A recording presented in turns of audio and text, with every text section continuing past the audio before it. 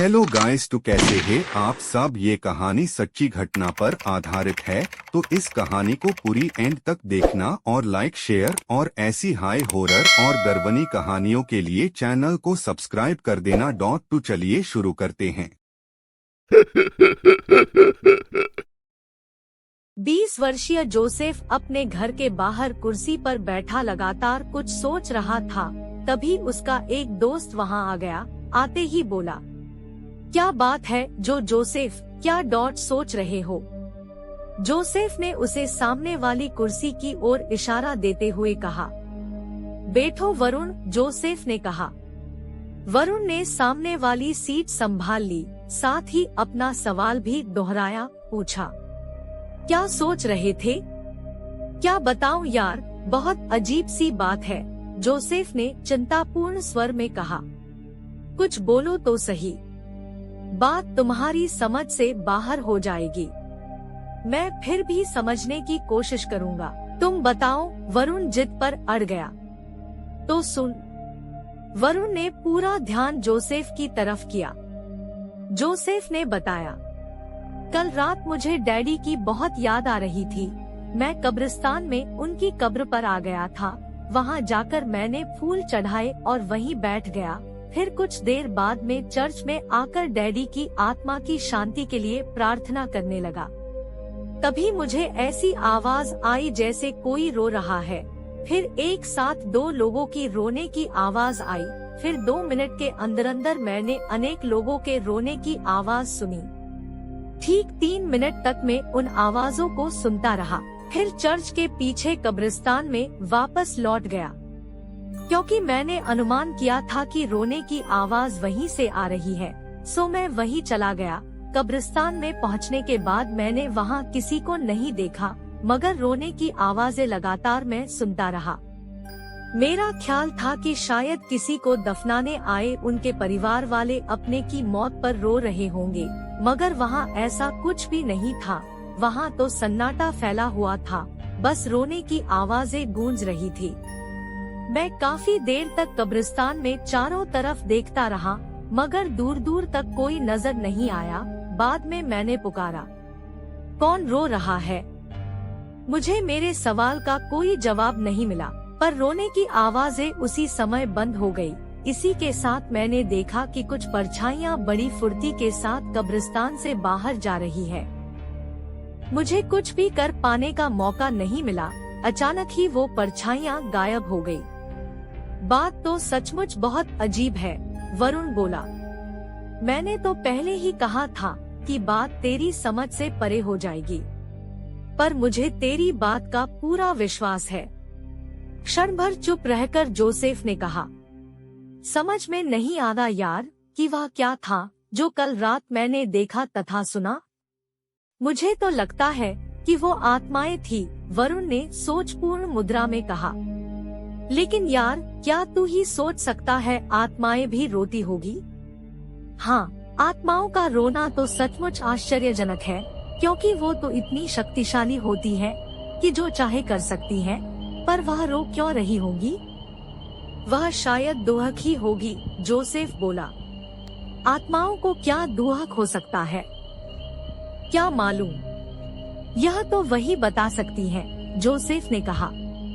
हमें उनसे चलकर उनका दुख पूछना चाहिए, शायद हम उनकी कोई मदद कर पाएं। ठीक कहते हो, जोसेफ ने सहमति से कहा। हम आज रात कब्रिस्तान चलेंगे। ठीक है, वरुण ने कहा। रात को 8 बजे जोसेफ तथा वरुण कब्रिस्तान के लिए निकल पड़े। रास्ते में ही उन दोनों के बीच बातें हुई। जोसेफ ने कहा, हम पहले चर्च चलते हैं।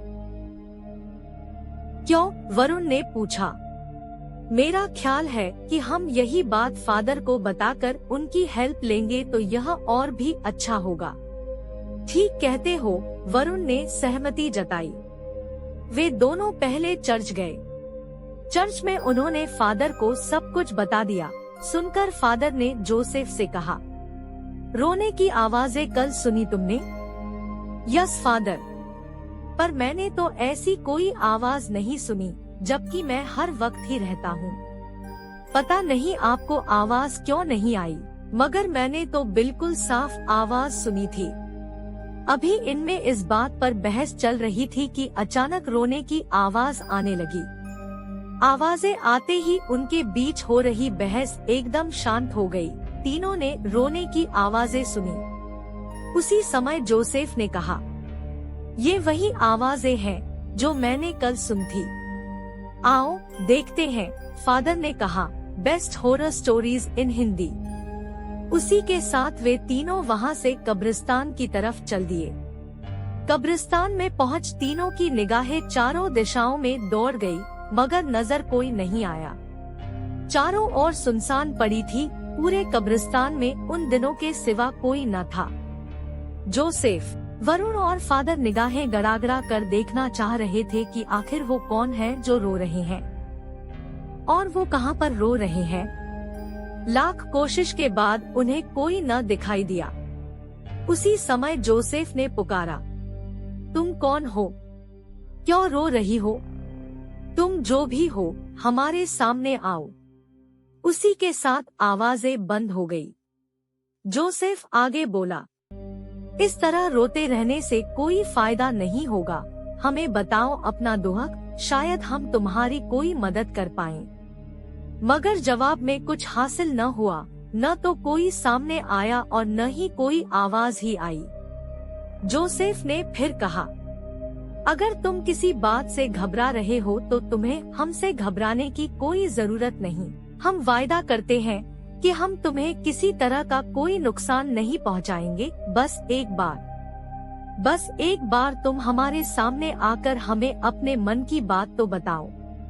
जोसेफ लगातार कुछ न कुछ कह रहा था, मगर उसकी बात का कोई जवाब नहीं मिल रहा था।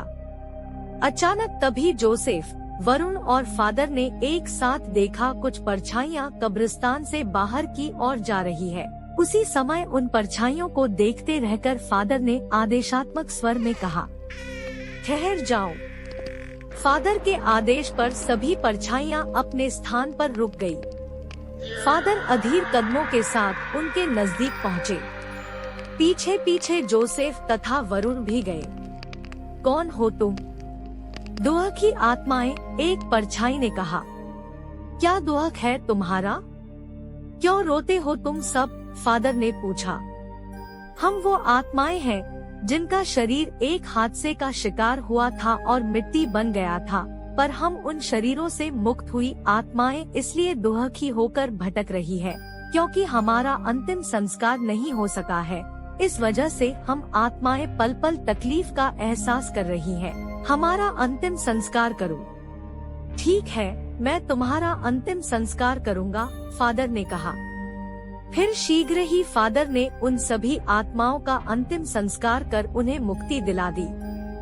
इनके साथ ही सभी आत्माएं प्रसन्नता के साथ वहां से मैं हमेशा हमेशा के लिए अपनी सही जगह पर पहुंच गई। ऐसी ही हॉन्टेड और भूतिया कहानियां के लिए हमारे YouTube चैनल मनोरंजन भाई ऑफिशियल को सब्सक्राइब कर लीजिए। और गाइस, मेरा YT स्टूडियो में मैंने देखा है कि आप लोग वीडियो पूरा देख तो लेते हो लेकिन सब्सक्राइब नहीं करते, तो प्लीज गाइस सब्सक्राइब कर देना। तो चलिए गाइस, आज के लिए इतना ही। वीडियो एंड तक देखने के लिए धन्यवाद। नई वीडियो में मिलते हैं, तब तक के लिए बाय बाय।